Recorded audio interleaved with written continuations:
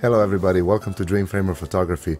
Today I'm going to show you a small but very powerful trick that will help your photos sell more on stock photo websites. But first, let me just say thank you for all your emails, all your likes and comments. Last night my channel hit 1000 subscribers and I'm really happy about it. Now let's get to work. So we have this picture here, and as you can see, the picture looks pretty good. Lighting seems good, contrast, everything. There are details in the light areas, there are details in the shadows, although we don't have really deep shadows here. And let's say we finished editing this image and we want to upload it. The trick to attract more customers and make them click on the thumbnail is to see how the thumbnail actually looks like. For that, you have to zoom out the image on your screen and see the same thing that customers will see when they browse. So yeah, you might say that this image looks pretty good, but let's do something to really make it pop. So I'm gonna click here and add an adjustment layer, and that adjustment layer will be curves. With curves adjustment layer, you can brighten the image, you can darken it, you can add a contrast, you can do many other things. We have this histogram here, and on the left side you can see that the histogram is empty, so that means that we don't have dark tones. To fix that, I'm gonna click here on this slider and push it to the right.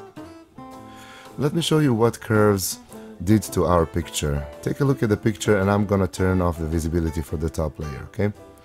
So this is off and this is our old picture. When I turn it back on, you see that the shadows are darker than on the original image. Now let's add some more contrast by brightening up bright and mid-tones. So on the right side of this histogram, I'm gonna click on this line and pull it up a little bit to brighten up light and mid areas even more. Look at the picture now. Let me turn off the visibility. See that? When I turn it back on, we actually brighten up the image. Let's keep the dark areas dark, so I'm gonna click down here and pull it down a little bit. Not too much though. Maybe something like this. You see now how our image looks much more vivid than before. Let me turn off the visibility for the top layer one more time. This is the original one. So if customer sees this one, he might not click on it actually. Always have in mind that your image is not going to be the only one on the page when customers browse for cactus images. There are going to be lots and lots of cactus images on the same page, similar to yours. So your image somehow has to attract customers' attention and make him or her click on it. That's why the best way to put yourself in customers' shoes and see what they see is to zoom out the image to a thumbnail level and fix the contrast if needed. That's a small but very powerful trick that I wanted to show you. But wait, we're not done yet. Now we have to check our image at 100% zoom again to see if we didn't mess up the details in the shadows and the details in the highlights, because when you increase the contrast you might lose some details in the shadow areas and highlight areas as well. This image doesn't really have deep shadows, so I'm not worried about that at all, but highlights could be affected by adding too much contrast here on this particular image.